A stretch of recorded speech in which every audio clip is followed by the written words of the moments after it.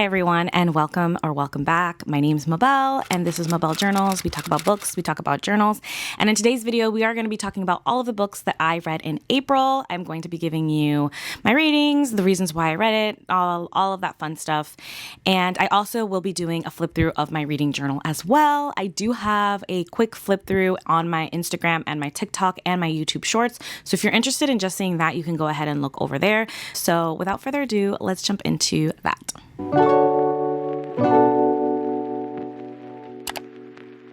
So first I'm going to actually talk about the books and then we'll do the flip through. So this month I feel like I neatly read all of my books. And what I mean by that is I read all of my fantasy books first and then I read all of my romance books. So let's talk about the fantasy books I read first. The first book I got into was Stolen Midnights by Catherine Quinn. I don't even know... So I actually had started this in February and then I picked it up again in March and I was supposed to finish it in March. I didn't finish it in March. I ended up finishing it in April. And I did enjoy this. It just took me a little bit of time to kind of like get my footing correct. And I'm so happy that I did because I really, really enjoyed this read. So in Stolen Midnights, we actually follow Ren, and she is like this very well-off royal who is the daughter of like this very prestigious nobleman. And in this world, you receive, like at a certain age, you receive a gift and it's delivered to you by hound. And it's actually like a tangible item that holds that specific type of power or magic or whatever it is. And so everyone has like their own magic. Ren is supposed to receive hers and she doesn't. And it's very confusing. Sometimes this happens, but usually if it happens, it's not good. Then we meet Damien. Damien is a thief. So he was hired to steal Ren's gift. And when he steals her gift, he obviously looks at it and notices that there's a picture of himself in her gift. I'm not going to say what the gift is because I don't want to like give too much away, but this is all in the back of the book basically. So with that description alone, which is in the back of the book, I definitely wanted to read this book. As I got into it, it was very tough for me because I don't really sympathize with rich people who have everything and then don't get this one thing. And so it was really, really hard for me to like Ren in the beginning. A lot of it was like Damien, like I need to know a lot more about Damien, but we weren't really knowing a lot about him. It was mostly following her story.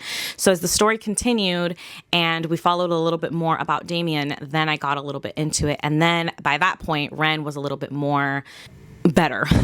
In my opinion. Character development was peak. The storyline is peak as well. We follow various people. That was another reason why it was a little difficult for me because at some portions of it, I was listening to it and I would just get lost. So I decided I have to like physically pick up this book and physically read it because it wasn't an audiobook type of book for me, to be honest with you. In the end, I ended up giving this a 4-star. I really, really, really thought it was good. I cannot wait for the next book. The ending was a cliffhanger in a way that I never imagined. I didn't even think that this was that the ending was possible. I did towards some parts guess some parts were a little bit predictable, but the ending I didn't imagine that we would get to this point, and I don't know how we're going to get out of it. So that obviously means that I'm just so absolutely I need the next book.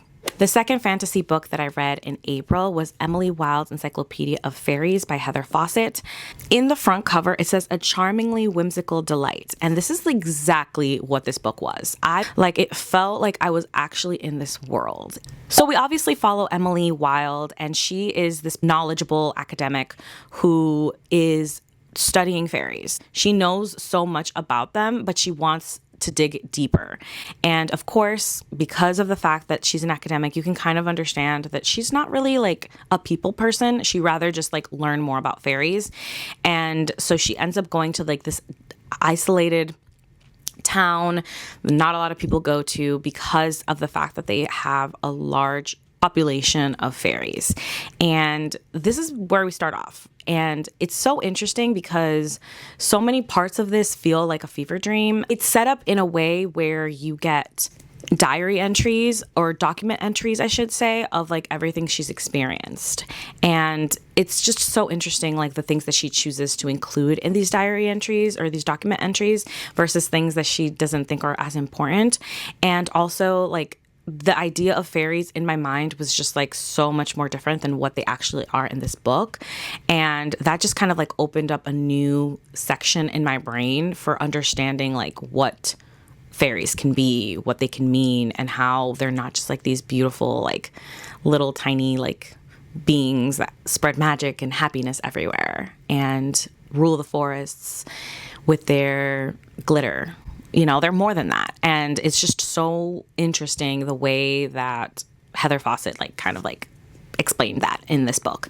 And I obviously am going to read the next book. So jumping into the books that I read for romance in April, starting off with Abby Jimenez, Life's Too Short. If you've seen my other video, I talked about the other two books in this series, Friend Zone and the Happily Ever After playlist. I love Abby Jimenez's writing, and that is absolutely true in every single one of these books. I did not rate them anything lower than a 3 because of that main reason. She does a very, very good job of like keeping you interested, but I think the topics that we were talking about weren't always my favorite. In the Friend Zone, there was a few tropes I didn't like. In this one, it like obviously we didn't have those, but in order to get to through all these books, you have to start with the Friend Zone, because the Friend Zone really paints the picture for like what we're dealing with.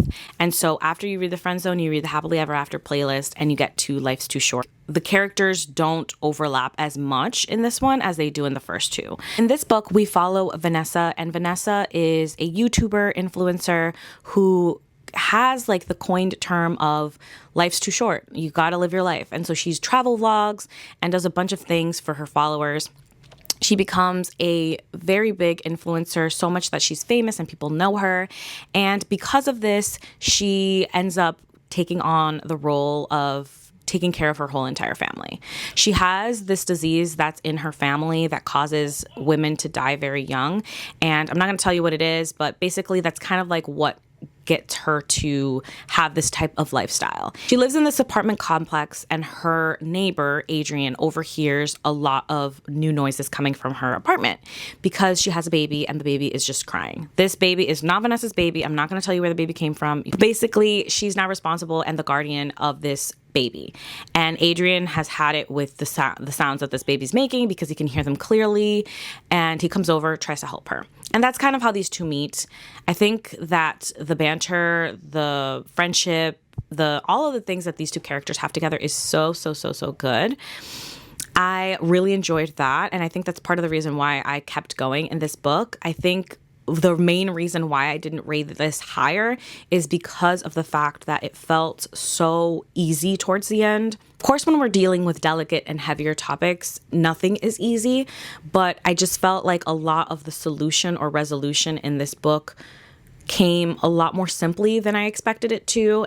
It's in the Friend Zone series because Vanessa doesn't want to be in a relationship with anyone having whatever disease she has because she doesn't know how long she's going to live. I thought the idea was very good. I thought that Adrian was a very good character. But overall, I wasn't like a huge fan of this particular book. And to be honest, the series overall, I think the only one that I liked of the 3 was Happily Ever After. The next romance book I read in April is also another Abby Jimenez book. This is The Night We Met. I actually wanted to read the whole Friend Zone series so that I can be up to date and read like her most latest release. So in The Night We Met, we follow Larissa and... That's my baby. Let's see if she'll give me a chance to...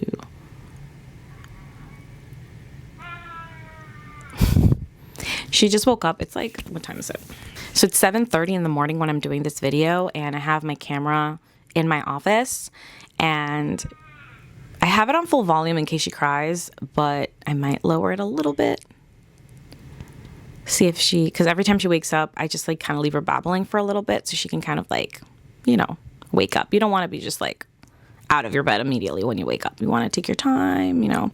So I kind of give her a little moment to do that. So if you hear her babbling, that's her, and I think it's very cute. So I hope you enjoy.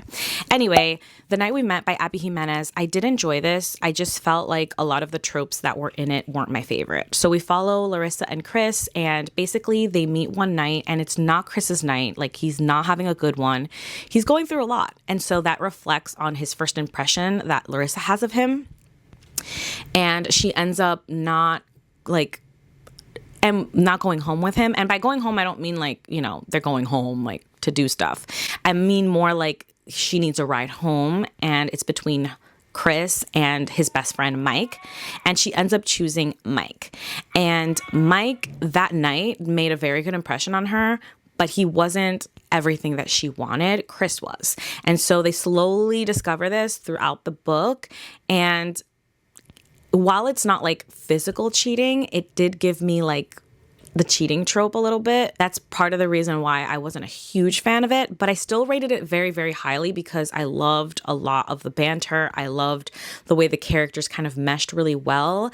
And the fact that I enjoyed this book and it's one of the tropes that I don't like, it really shows a lot for Abby Jimenez's writing. I was reading the author's note after I finished the book. Because this was such a tough book to write and finish, she needed a little bit more time. She ended up releasing Say You'll Remember Me first, but this was actually meant to be the first book, technically. And so I do see the delicacy in which she wrote this book and made sure to like really take her time. Of course, she has like a cute little dog and all of the fun stuff. So Chris is caring, he's loving, he's thoughtful, and Larissa is going through it right now, as well as Chris also, but there's just so much going on between these characters. They all have their own lives. They all have their own like trauma. And so I think that Abby Jimenez did an amazing job of just kind of like really giving us the feel of all of these characters. You feel for Mike, you feel for Larissa, you feel for Chris, you feel for other characters that are also brought about in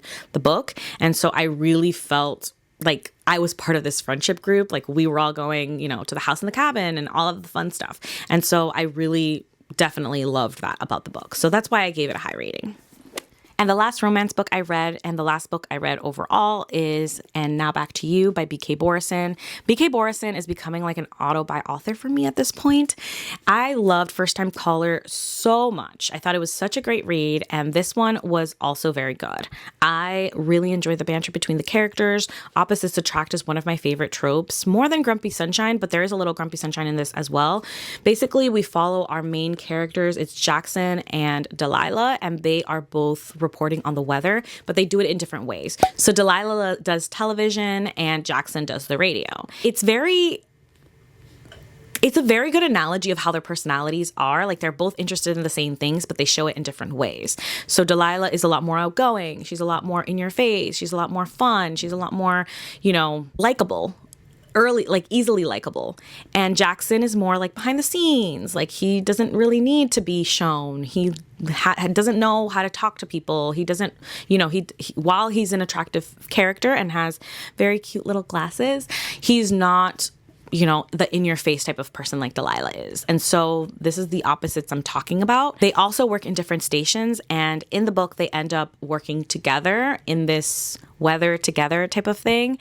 And they are brought to work together during a snowstorm that they end up getting stuck in. And as I'm talking about this book, I'm just like, oh my God, I kind of want to reread it because it's just so cozy, so cute. Do I wish that I read this in the winter? A little bit, yes. But also, like, it's still very, very cute. And I don't know, it just brought me back. It made me feel so, so good just reading about these characters. There's a third book coming out as well. I forget the name, but I'm also interested in that one. So I can't wait to get to that. So these are all of the books that I read in April. I hope that you enjoyed the reviews. Let me know in the comments if you've read any of these, if you plan on reading any of these, if any of these are on your radar and you have like any ideas of anything. Like I just want to talk about these books. So let me know in the comments. So without further ado, let's actually jump into the reading journal flip through.